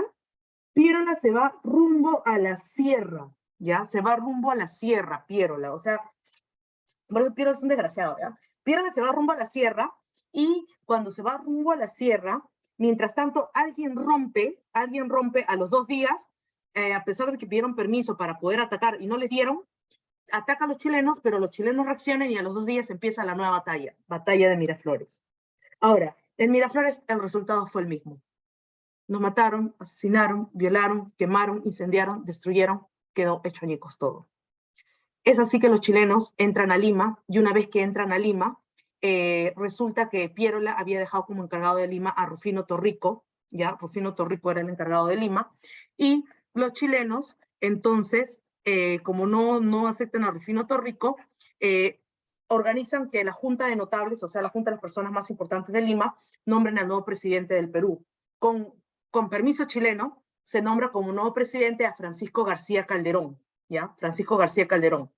Mira, presidentes del Perú o gobernantes durante la guerra con Chile: Prado, La Puerta, Piérola, Torrico, luego va a estar Francisco García Calderón. Los chilenos, pensando que como García Calderón había asumido, gracias al permiso de ellos, le ofrecen un tratado de paz, nuevamente hasta Moquegua, ocupar. Pero Francisco García Calderón, peruano era, no acepta. Los chilenos, enojados con García Calderón, lo mandan prisionero a Valparaíso, y los chilenos deciden nombrar a otro presidente, a otro gobernante, en vez de García Calderón. Pero ¿qué pasaba? El vicepresidente de García Calderón era Lizardo Montero. Así es que asume la presidencia de García Calderón Lizardo Montero. Por eso es que hay una pregunta que está mal en su separata, ¿ya? De ahí les voy a decir cuál es. Asume Lizardo Montero, y cuando asume Lizardo Montero, bueno, los chilenos dejan como el encargado de Lima a Patricio Lynch. Ya, Patricio Lynch va a ser el encargado de Lima. Ahora, espérense, no avanza mi... Mientras tanto, ¿qué va a pasar? Los chilenos, una vez ocupado Lima, tenían como vista ir a la Sierra Central y apoderarse de las minas para apoderarse de los minerales y metales. Es ahí que aparece otra figura, Andrés Avelino Cáceres. Acá te comento, Cáceres había peleado en la batalla de Tarapacá, donde salió victoriosa, la única batalla victoriosa. Cáceres había estado con Miguel Iglesias en la defensa de Lima, en San Juan y Chorrillos. Pero, como había sido herido, Cáceres lo hacen pasar por muerto y mandan supuestamente su ataúd a la sierra. Cáceres, una vez que llega a la sierra, en la sierra, dándose cuenta que los chilenos van a ir para allá, decide organizar la ofensiva de la Sierra Central, o llamada Campaña de la Breña. A Cáceres se le va a bautizar como el Brujo de los Andes. ¿Por qué? Porque Cáceres, primero que todo, la mayoría de sus batallas van a ser victorias, ¿ya? La primera batalla que va a enfrentar Cáceres a los chilenos se llama Sangrar. Acá no lo había puesto. Sangrar. Luego se va a enfrentar en Pucará, Marcavalle, Concepción y San Pablo. Todas van a ser victorias de Andrés Avelino Cáceres. Tú dirás, pero ¿cómo es posible que los chilenos de lo que venían ganando en la sierra pierdan? Porque Cáceres aplicaba una serie de tácticas. Número uno, los chilenos no conocían el territorio de la sierra. Número dos, no estaban muy habituados a la sierra peruana. Y Cáceres se llamaba el Brujo de los Andes por algo. Solía vestir a las llamas con uniforme para que desde lejos los chilenos pensaran que tenía más ejército de lo usual, o si no, él sabía que un territorio era horrible y hacía que los chilenos lo persigan por ese territorio para que se cansen, sus caballos ya mueran de cansancio, pierdan sus armas. O si no, en la herradura del caballo se las ponía al revés a sus caballos para que cuando el caballo avanzara, supuestamente la herradura indicaba que iban en otra dirección, o sea, no de avanzada, sino de vuelta. Por ejemplo, otra táctica de Cáceres, que fue en Huamanga, en Ayacucho. En Cáceres había una hacienda llamada Santa Catalina que sabía que los chilenos estaban ocupando. Y en esta hacienda que los chilenos estaban ocupando, Cáceres sabía que guardaban un montón de armas, pertrechos, comida, víveres, todo. Entonces Cáceres dice que se disfrazó de alguien que vendía leña, de un campesino, y fue por la hacienda caminando. Y dice que un soldado chileno le dice, oye, ¿a cuánto me dejas tu leña? Dice que Cáceres le dijo a 4 reales. Dice que los chilenos lo hacen pasar a Cáceres a la hacienda, y Cáceres dice que aprovecha y ve dónde estaban escondidas las armas, todo, y le pagan sus 4 reales y Cáceres se va. Cuando se va, empieza a vestir a todas las llamas que tenía al alcance y les prende en la noche a una antorcha al lado, de tal manera que en medio de la noche su ejército, las guerrilleras, o sea, personas campesinas que le dio armas, más las llamas con fuego, con antorchas encendidas, desde la altura empiezan a venir. Dice que los chilenos veían miles y miles y miles de personas. Asustados, salieron corriendo a Santa Catalina en Huamanga y dejaron todo. Cuando volvieron se dieron cuenta que ya Andrés Avelino Cáceres se había llevado todas sus reservas, sus armas y todo. El Brujo de los Andes por algo. Ahora, gracias a esa serie de tácticas, como te digo, obtuvo victorias en Sangrar, Pucará, Marcavalle, Concepción, San Pablo. Solamente que San Pablo lo hizo otro general llamado Miguel Iglesias. Ahora, ¿qué pasó después?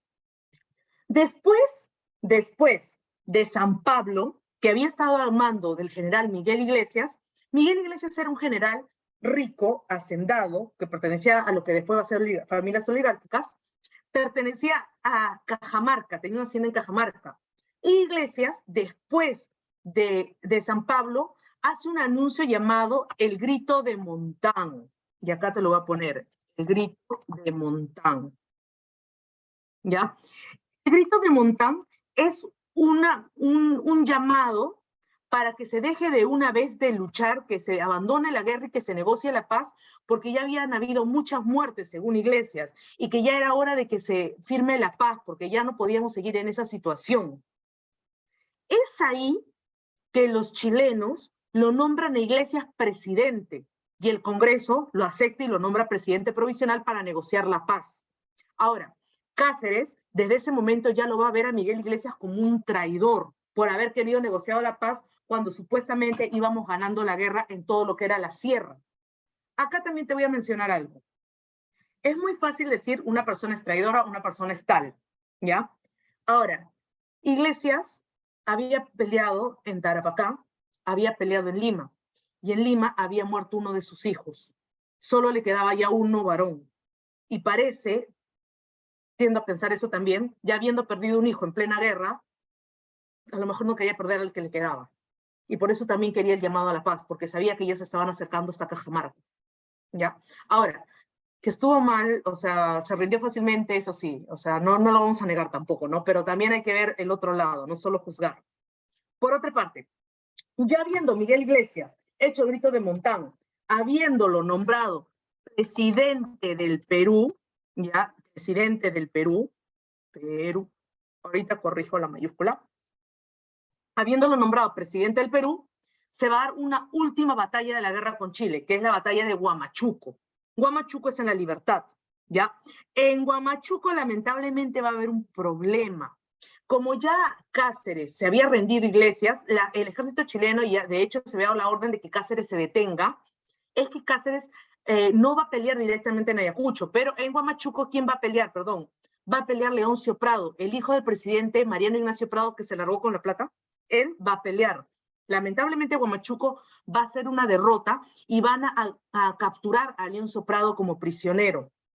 Supuestamente dice que Leoncio Prado lo van a capturar y lo van a tomar prisionero y lo van a interrogar. Y después de interrogarlo, acordaron condenarlo a muerte. Supuestamente le conceden un deseo en el que Leoncio Prado dice que él va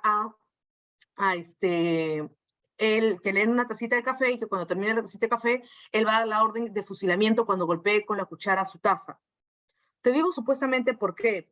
Porque el cuerpo de Leoncio Prado tiene símbolo de remate, no solo de fusilamiento. Tú sabes que en el campo de batalla, en la guerra con Chile, los chilenos, a partir de lo que es el Morro de Arica, bueno, en realidad del Alto de la Alianza, a partir del Alto de la Alianza, los chilenos se aseguraban de que la gente se muera. Una vez que disparaban, la parte del arma tenía en la punta como que una espada. Se la pasaban por la espalda a todos. Y el cuerpo de Leoncio Prado tiene repase. Si lo fusilaste, ¿ya para qué le das repase? Bueno, ¿no? Tú sabes que son cosas de la historia. Unos dicen que fue un mito creado por Chile como para que vean que no solo hubo un caballero en la guerra como Grau, sino que también los chilenos también tuvieron algo memorable, ¿no? Ahora, durante la guerra, los chilenos invitaban a la prensa extranjera para que tomen fotos en Lima, para que vean cómo se desarrollaba todo, por si acaso. Incluso vestían a los ciudadanos de la calle con la ropa militar de los soldados peruanos, los hacían echarse al piso y los chilenos los pisaban y tomaban fotos, así que se publicaban en el extranjero. La guerra es larga, y así que lo resumo. No puedo explicarles mucho, lamentablemente, porque, como saben, estamos en repaso y ya estamos a puertas ya de nuestro examen el 30. Ahora, es así que se negocia la paz. ¿Qué se acuerda de la negociación de paz? Iglesias como presidente. Primero, definitivamente perdemos Tarapacá. Tarapacá se pierde de manera definitiva. Por 10 años le vamos a entregar a los chilenos Tacna y Arica. Después de 10 años vamos a hacer un plebiscito. Le vamos a preguntar a Tacna y Arica, oye, ¿a qué país quieren pertenecer? y dependiendo de la decisión, el país que pierda territorio recibe una indemnización de 10 millones de pesos o reales por territorio. ¿Ya? Bueno, esas son las condiciones principales. Se firmó en el balneario de Ancón. Acuérdate, el presidente que lo firma, Miguel Iglesias. Bueno, déjenme un ratito dejar de compartir para compartirles el otro rapidito. ¿Dónde estoy? Reconstrucción Nacional. Denme un ratito, ¿ya? Voy a abrir mi separata.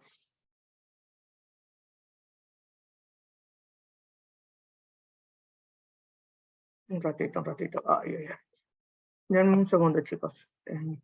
Guardar para compartirlo en un rato. Guardar.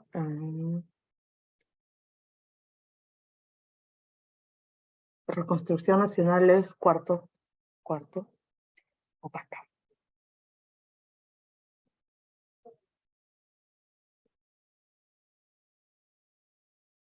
Ya. Guardar. A ver. Con Iglesias inicia un gobierno que se llama la Reconstrucción Nacional. ¿Ya? Reconstrucción Nacional es el periodo en el Perú busca reconstruirse después de las consecuencias dejadas por la guerra. 15.000 muertos, destrucción de infraestructura, crisis económica, política y social en el Perú, aparte de la pérdida de territorio, o sea, todas las consecuencias de la guerra buscamos solucionarlas. Esa es la Reconstrucción Nacional. Por otra parte, bueno, ¿qué presidentes van a haber durante la Reconstrucción Nacional? Esencialmente van a ser 3 presidentes en la reconstrucción. Vamos a encontrar, por ejemplo, a Miguel Iglesias, Andrés Avelino Cáceres y Remigio Morales Bermúdez. El primero de ellos,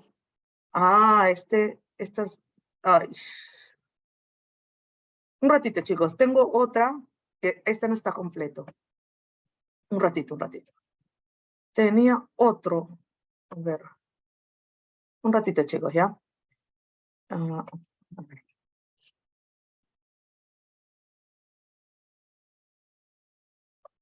No está ya. Ese no me lo voy a compartir. No sé dónde está mi otra separata que está más completo. Bueno, Reconstrucción Nacional. ¿Sí se ve la separata, chicos? Por favor, díganme si se ve para poder, si no, compartirlo de nuevo, porque a veces se quita. ¿Se ve? Sí, ya. Entonces sigo. Ahora, durante la Reconstrucción Nacional, como te comenté, van a ser 3 presidentes, ¿ya? Iglesias, Cáceres, Bermúdez. Iglesias, Miguel Iglesias, es el que da el grito de Montán, el del grito de Montán. Debido a que da el grito de Montán, los chilenos lo nombran presidente provisional aceptado por el Congreso. Lo nombran, va a recibir el nombre de presidente regenerador de la paz, o sea, va a volver a los tiempos de paz. Él, como presidente regenerador, ¿qué hizo? Firmó el Tratado de Ancón. Ahora, él va a gobernar solo 2 años, ¿por qué? Porque lamentablemente Cáceres lo veía como traidor y le va a dar golpe de Estado. ¿Qué pasó durante su gobierno, sin embargo? Para empezar, se encargó la reconstrucción de la Biblioteca Nacional a Ricardo Palma.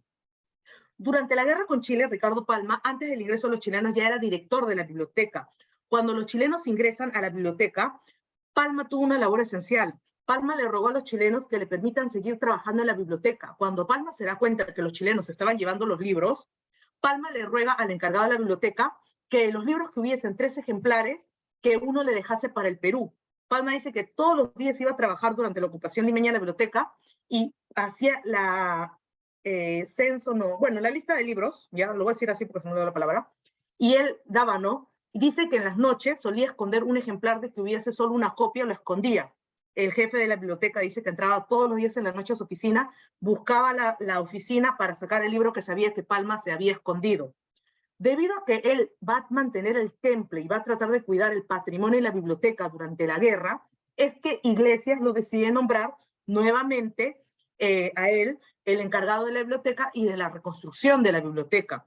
Es así que Ricardo Palma empieza a escribir cartas, una vez que ocupa el cargo, a todos los amigos que tenía en Latinoamérica y Europa para que le donen libros. Dice que llegó a conseguir más de 4.000 libros.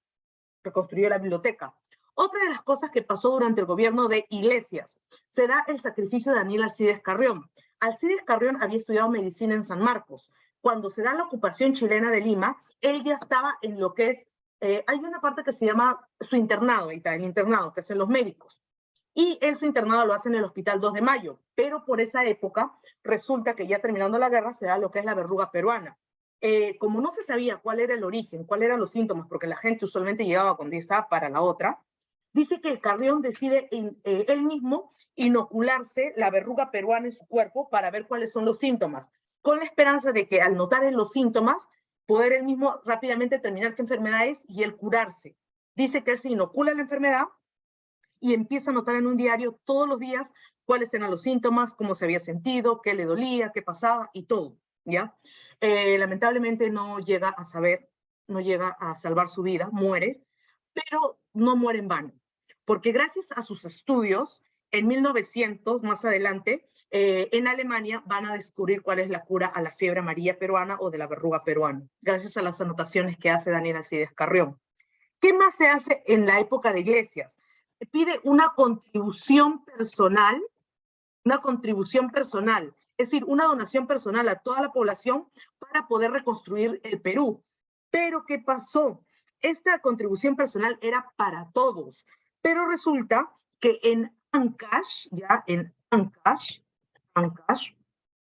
un tal Pablo Tusparia, te lo estoy escribiendo porque no estaba, Pablo Tusparia lo toma como que fuera el tributo indígena de la época de la colonia y se rebela. Ya de ahí, bueno, se acalla todo porque se dan cuenta que en realidad no era eso. Además, ¿qué pasó? En esta época se reabrió la Universidad Nacional Mayor de San Marcos, que había dejado de funcionar durante la invasión chilena. Además, se crea una nueva moneda, que es la circulación de la moneda llamada el Inca, ya que es la nueva moneda. Lamentablemente, por la crisis económica, esta moneda no valía nada. Así es que no ayudó en mucho esa circulación de esa nueva moneda. Te comenté, le da golpe de Estado Andrés Avelino Cáceres. Ahora, aquí vamos con esto. Cáceres en la guerra fue excelente. Muchos dicen que Cáceres hubiese sido el mejor héroe de la historia del Perú si se hubiera muerto en la guerra con Chile. Pero se convirtió en presidente y la fregó. Como presidente fue horrible, ¿ya? Era muy represivo, perseguía a sus enemigos. El Congreso, que se negó a aceptar el contrato Grace, que era un contrato que él quería hacer, como no hicieron lo que él quería, cerró el Congreso. El segundo Congreso que nombró no quería tampoco aceptar este contrato Grace, también lo cerró hasta que consiguió un Congreso a su medida y que firmara lo que él quería e hiciera lo que él quisiese. O sea, como presidente no fue tan bueno. Héroe de guerra sí, presidente no. Cáceres, Andrés Avelino Cáceres, va a gobernar de 1886 a 1890. Se va a caracterizar, ¿por qué? Él va a formar un partido llamado su Partido Constitucional. Él durante su gobierno, entre las obras o entre las cosas que va a hacer en su gobierno, vamos a encontrar las siguientes. Primero que todo, él va a iniciar una política de austeridad. Como no había plata en el Perú, entonces gasto mínimo, eso es austeridad, gasto mínimo. Como él inicia esta política de austeridad, esta política incluía reducción de personal del Estado, no se necesitaba, se redujo las remuneraciones porque no había tanta plata para sueldos tan elevados, les redujo los sueldos, y además también él manda acuñar una nueva moneda. Acuña una nueva moneda. Ahorita lo amplío para mandárselos. Acuña una nueva moneda, ¿ya? Además, en su época, Cáceres se da cuenta de algo, tenía que solucionar. Después de la guerra, como estábamos en crisis económica, antes de la guerra, después de la guerra era peor, no teníamos nada, él se da cuenta que la única forma de que nos presten plata es solucionando el problema de nuestra deuda externa. Pero para solucionar nuestra deuda externa, ¿qué pasaba? Cáceres tenía que encontrar un contrato mediante el cual alguien pague nuestra deuda para hacernos un país crediticio nuevamente. Es así que Cáceres decide firmar un acuerdo llamado el Contrato Grace. El Contrato Grace sí va a servir, porque gracias a ese contrato después ya nos vamos a convertir en un país elegible económicamente, pero es un contrato que para nada beneficia al Perú, ¿ya? En el Contrato Grace, para empezar, el Perú le cede por 66 años todos los ferrocarriles del Perú a una empresa que se va a llamar la Peruvian Corporation, que va a administrar todos los ferrocarriles. Entregamos 3 millones de toneladas de guano, a cambio de que nos den 33 años, 80,000 libras esterlinas. Además de eso, otra cosa que ganaba el Perú, aparte, si había un ferrocarril que faltaba construir, la empresa Grace o la Peruvian Corporation tenía que terminarla de construir. O sea, tú dirás, pero es una con otra, permiso, o sea, no hay problema. ¿A cuánto equivalía la construcción de ferrocarriles que pasaban? Que faltaban solo 160 kilómetros. Para la cantidad de ferrocarriles que había y dar los 66 años, no era nada. Además, ¿qué se establece? La libre navegación en el Amazonas. O sea, las empresas extranjeras, en este caso los ingleses, podían entrar al Amazonas. La condición era que en un barco con bandera peruana, pero podían sacar recursos libremente a través de los ferrocarriles del Perú, porque para eso entregamos los ferrocarriles, para que por ahí saquen todos los recursos libremente. O sea, el Perú perdía mucho con este contrato, pero lo firmamos aún con todo. No fue muy bueno, no es lo mejor, pero va a ayudar. Termina su periodo, se convoca elecciones. Una vez que se convoca elecciones, sale elegido el presidente Remigio Morales Bermúdez. Remigio Morales Bermúdez va a gobernar los 4 años que manda la Constitución, del 90 al 94. Bermúdez, durante su gobierno, ¿qué va a hacer?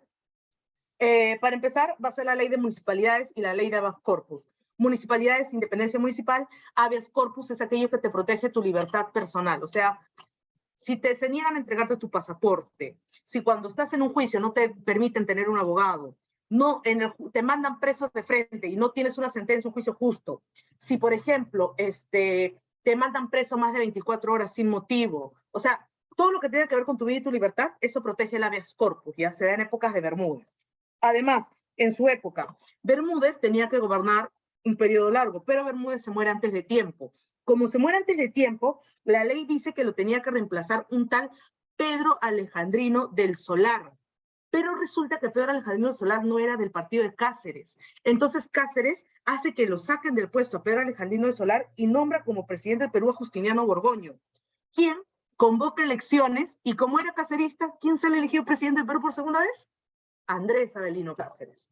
Pero esta vez la gente estaba cansada porque su primer gobierno había habido mucha persecución y mucho, y los partidos se unen en ese momento, el Partido Civil, el Partido Demócrata, dirigidos por Nicolás de Piérola, y se levantan contra Cáceres, haciendo que Cáceres renuncie y deje una junta de gobierno a manos de Manuel Candamo. Ya, disculpen que no les lo haya explicado rápido, pero tengo que avanzar. Ya, voy a compartir las preguntas para contestarlas rápido. Ay, se me fueron las preguntas. Denme un ratito, ¿ya? Voy a buscar dónde están. Acá están. A ver, Zoom. Zoom, este es. Ya. Ya, preguntas. Espérense, mi chat lo voy a abrir porque les voy a escribir también el nombre de los presidentes que van a gobernar el Perú durante el tiempo. O sea. Ya. Presidente. A ver, dice, el 5 de abril de 1879, Chile, vamos a ampliar, no se ve. Para acá. Ya dice, el 5 de abril de 1879, Chile le declara la guerra al Perú usando como pretexto, ¿cuál es, chicos? Está fácil. Ajá, la 1A, la firma del Tratado de Mutua Defensa Perú-Bolivia. 2, la independencia chocó provocando su hundimiento en el combate de Iquique en un lugar denominado, sí les dije, Punta Gruesa. Muy bien. De las siguientes batallas fue la única victoria peruana. La 3, Tarapacá. Muy bien. 4, los bolivianos colaboraron con el Perú en la Guerra del Pacífico. ¿Hasta qué batalla? 4, Alto de la Alianza. Acuérdense, Alto de la Alianza Perú-Boliviano. O sea, el nombre, relaciónenlo. Muy bien.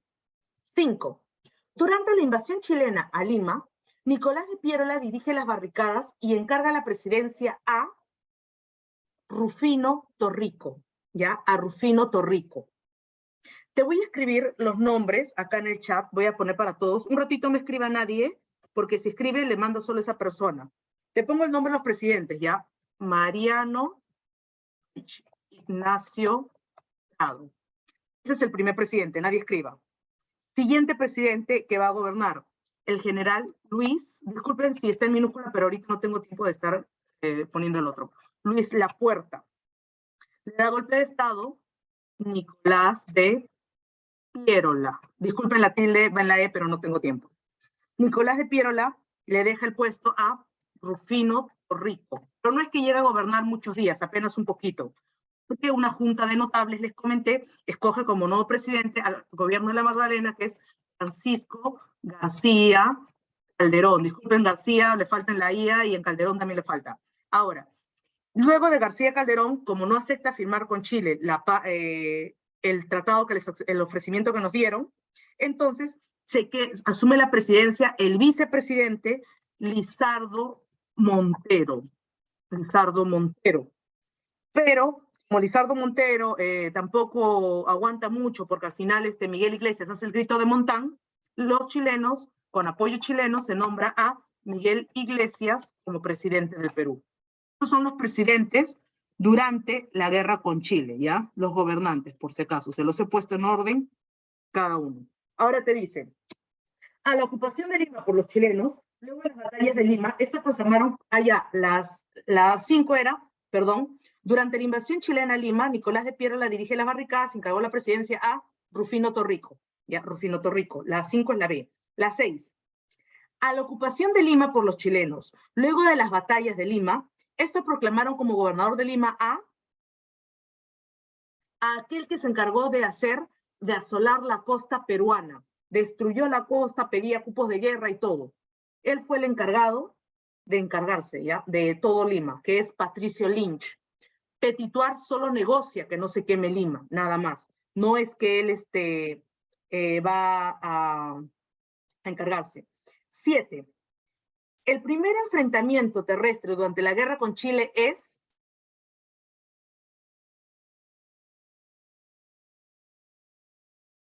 la toma de Pisagua. Es la toma de Pisagua.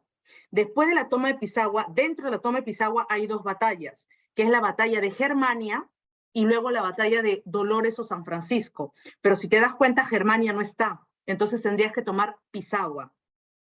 8. Mariano Ignacio Prado, al salir para Europa para comprar armamentos y buques de guerra, deja al mando a qué general, que ya era viejito ya, el mismo que se encargó durante la guerra con España también, cuando se va a Peset, lo deja él antes que tome Prado. Luis Lapuerta. Sus victorias fueron Pucará, Marcavalle y Concepción, llamado el Brujo de los Andes. ¿Quién es? 9. Ajá, Andrés Avelino Cáceres. 10. El grito de Montán, ¿quién lo hizo? 10. Grito de Montán. O sea, pidió la paz, que se cese la guerra. Ya. Muy bien, la sé. Muy bien, ya lo contestaron. La batalla de San Juan o Chorrillos, que es la primera línea defensiva, termina con la derrota total de la reserva, incluyendo la de Miraflores. No, porque Miraflores fue 2 días después, el 15. Imposible. La muerte del general Carlos Pierola no tiene nada que ver. La quema de Barranco y Chorrillos. Puede ser, ese. La captura de Andrés Avelino Cáceres, no, él todavía va a ir a la sierra. La firma del armisticio es ya derrota, no. Sería la quema de Barranco y Chorrillos. 12. Ahorita ya termino, disculpen que me esté pasando. Ante la destrucción del balneario de Chorrillos y Barranco, el ejército chileno desarrolla el repliegue total de sus tropas al Brin. No, entraron a Lima. Entraron incluso a saquear Lima. Entraron a la biblioteca. En la biblioteca de los ejemplares le daban a los chilenos, se cobraban con los libros, como dato te digo, y dice que con los libros agarraban las hojas y las vendían a los que vendían pescado, así, porque necesitaban plata. Ya, bueno, eso no es. Ajá, la E, muy bien. El avance militar hacia la Sierra Central. Muy bien. Principal opositor político y militar de la propuesta presentada por el Manifiesto Montano, o sea, enemigo de Cáceres, muy bien, de Iglesias, Cáceres, muy bien. La campaña de la Breña, la 14, fue liderada por Cáceres y tuvo como primera batalla Sangrar, muy bien. Después ya viene Pucará, Marcavalle y Concepción. Y la última fue Huamachuco. Ya, 15. El ataque del ejército chileno a las líneas de San Juan y Miraflores estuvo a cargo del comandante chileno. Ya, eso no les dije. Por mar dirigía Patricio Lynch, Patricio Lynch, pero lo que era por tierra, el general encargado era Manuel Baquedano. Baquedano es el que va a dirigir el ingreso a Lima. Manuel Baquedano. 16. Al ser destituido Francisco García Calderón, el gobierno del Perú quedó en manos de...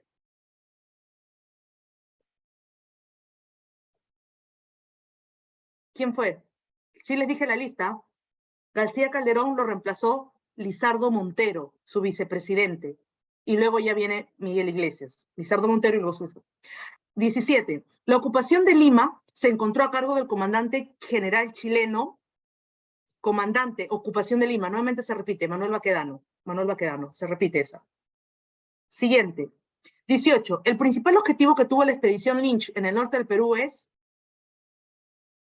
anular las acciones militares de Miguel Iglesias. Todavía Iglesias no estaba allá, recién estaban entrando en Lima, no estaba. Anular el gobierno de Nicolás de Piérola, pero en el norte y el centro no.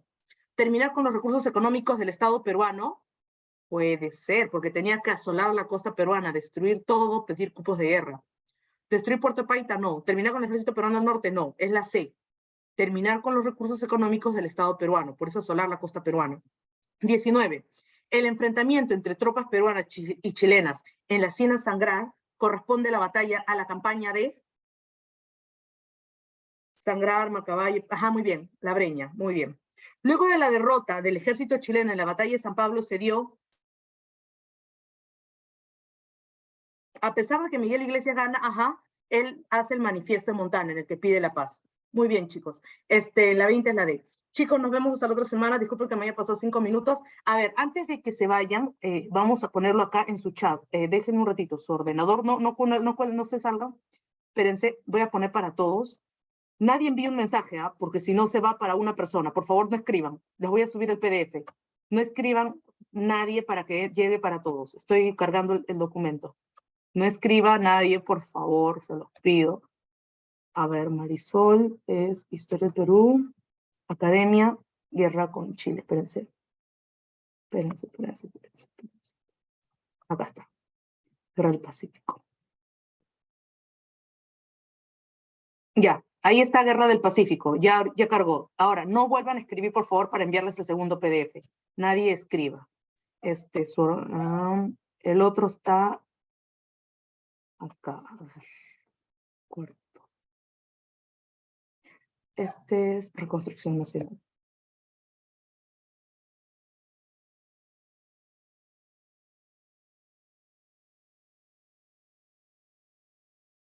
Ya.